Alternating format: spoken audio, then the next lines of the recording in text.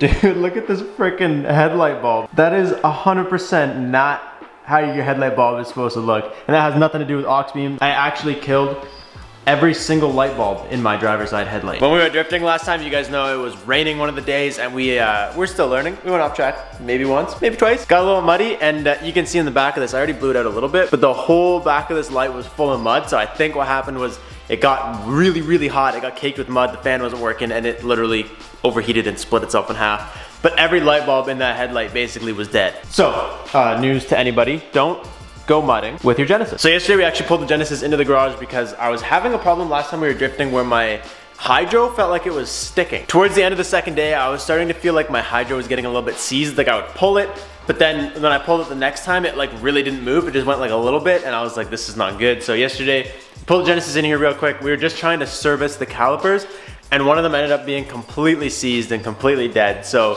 first thing we gotta do today is get some new calipers on this guy because we're going drifting in 2 days. I leave tomorrow, and we don't have our hydro anymore. We just have a line hanging. And we have a ton of other stuff that we wanna get done today. We wanna get the bumper back on. We wanna get fenders rolled. We wanna get all kinds of stuff done this morning. But before we do anything, we need the car to be able to be on the ground. So yesterday, I ran out. I traded in my old calipers, and I got myself some new boys, which actually technically are not new. These are, what do they call these, rebuilt? They're the only ones you could get. Parts store didn't have any brand new ones, so I couldn't buy brand new ones. These come with a warranty, they're fully rebuilt.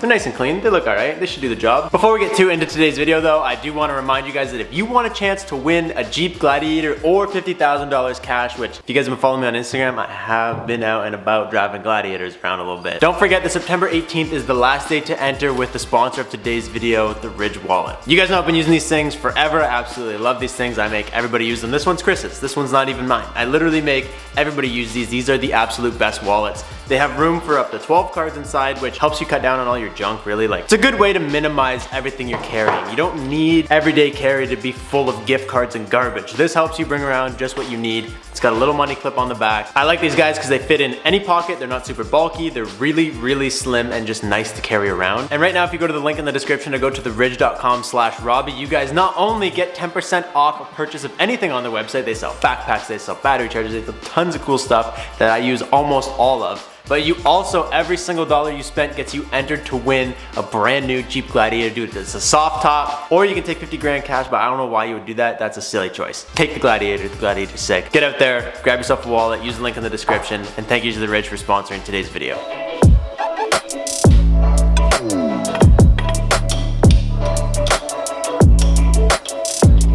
Alright, not only does that just look better, these feel beautiful. They came on super easy. They're nice and looby. Want me to hop up? You can do the cracky and I'll do the squeezing? Yeah, we gotta get this hydro bleeded again, or bled. Bleeded? Bleeded. It's morning. I've only had one coffee today.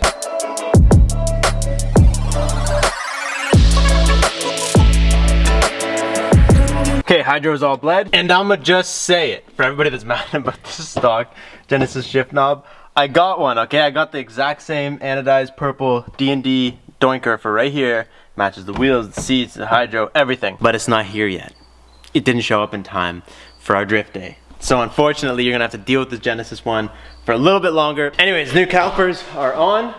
They look super good. We can go ahead and throw some wheels back on the back, but I guess to go with throwing new wheels on the back, we've got some new wheels for the back.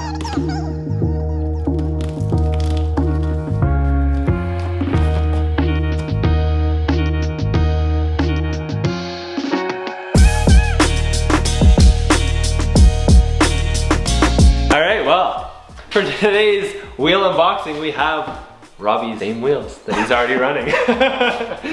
But they're pretty cool though. They're the nice Conzes. I told you guys when I got these that I actually got more than just the 4. I actually got 6. And for some reason, I had never been drifting in my life. I was still rebuilding a wrecked car. My thought process was, let's just get 4 on there and then I'll save the 2. And one day when I'm good at drifting and I'm not gonna ruin my wheels anymore, I'll go ahead and I'll get the other 2 running and I'll run stock Genesis wheels for now. As soon as we started drifting, like, you realize pretty quickly that's a dumb thing. Yeah, and most tracks are pretty flat, so you're not really gonna be curving your wheel and unless you're blowing a tire.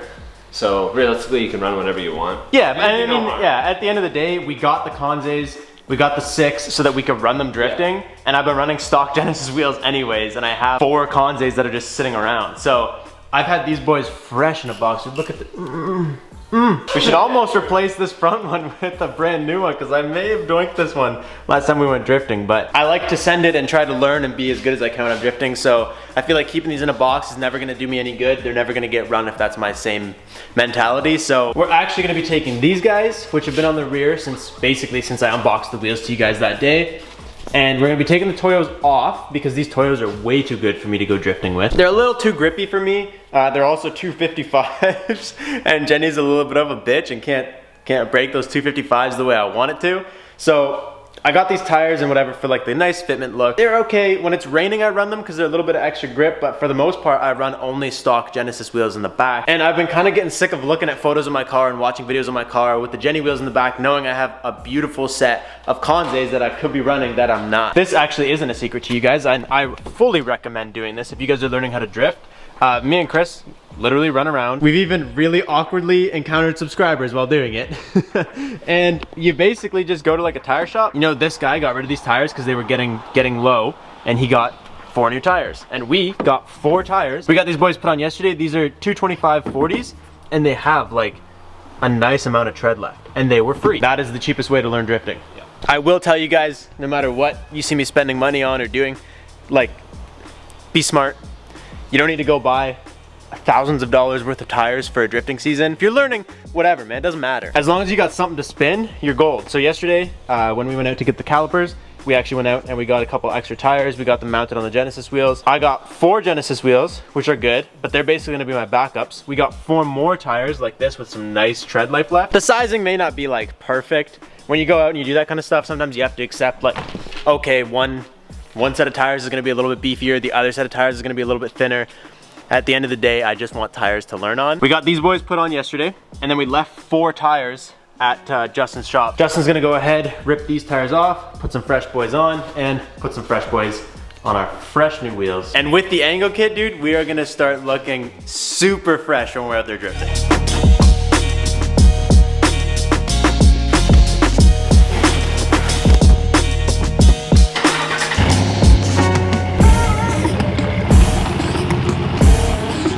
And while Chris is off getting tires put on those new Conzays, and I guess the old Conzays, we're gonna do the dirty deed that I have been putting off for so long. Just because it hurts me to do, but it has to get done. We gotta cut this bumper. The hard part about this is knowing where to cut it, because the bash bar is right about here. So if we cut it on the line that it gives us, it's actually gonna be like up about here. Might be too high. I don't know. I knew I was doing the same thing with this bumper. I was like, yo, we're gonna just save it and one day run it when I'm better. And actually, from the first event where it came off this year, it probably would have lived. From the second event where it came off this year though, it ground real down. It was dragging for a little bit. This stuff's all poly, which is good, it didn't break, but I dragged it way too long. Paint flaked off, which is fine, we can get new paint, but the whole bumper is just like sanded right down over here. So I left it up to you guys actually. I couldn't decide. We bought a stock bumper, and I asked if we should cut the stock bumper or if we should cut the ARK bumper. I know the ARK bumper is super expensive and beautiful. Dude, this thing made the booty on the Genesis so thick. Unfortunately, it's half destroyed, and me not cutting it up and cutting a different one just to have a destroyed bumper, it's not doing us any good. Today's just another little DIY tweak mod thing, so let's do our best to make it look good.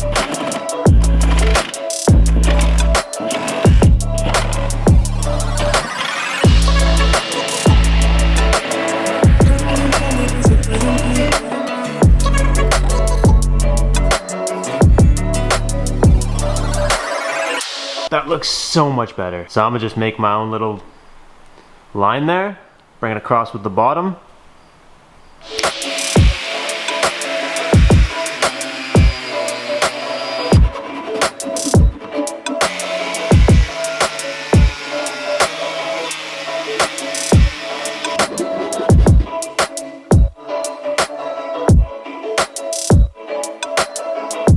Still a little rough, don't judge it. But this looks so much better. I think that doing the upper line that we've always been talking about would have just been way too high. This one looks pretty good. There's still a little bit of roughness around, like, you can see I had to bring it down and then basically like join it into the other bend.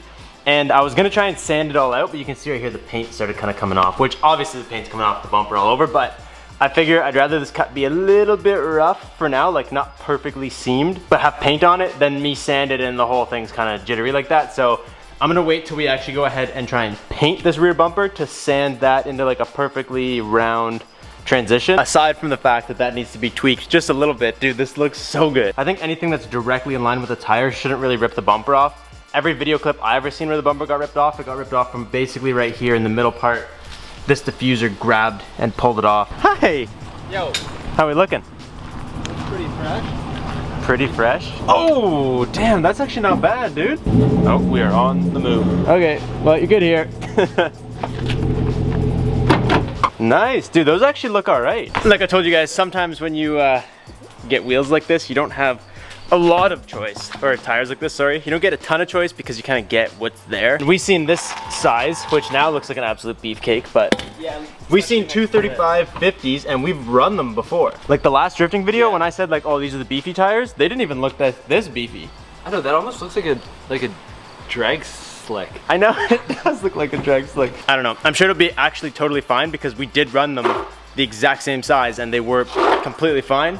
They look a little big, a little beefy. I'm definitely not showing up to the track with those on. But these are kind of like end of the day runners anyways. These ones got the real life on them, so. I did wait for you to get back so I can give you this because I just don't want to be the guy that bacons the fenders the day before track day, you know? So here you go, you can bacon them. Wanna start a garden?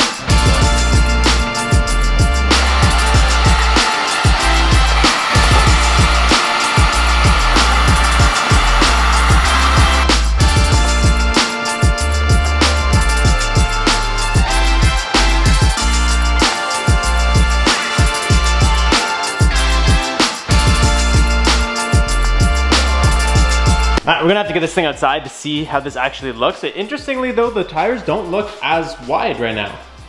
You can tell we did a little bit. Basically what's happening is I painted this car, so the paint is not perfect and it is cracking a little bit when we do it. So we're trying to be as like minimal yet accomplish what we need to accomplish at the same time. What I really wanna do is get it out and just do some like testing and see if we need to pull the fenders anymore or if the little bit of a roll should be all right. Which is also cool because we can take a look at like the rear bumper cut and basically everything that we've done, see how it all looks.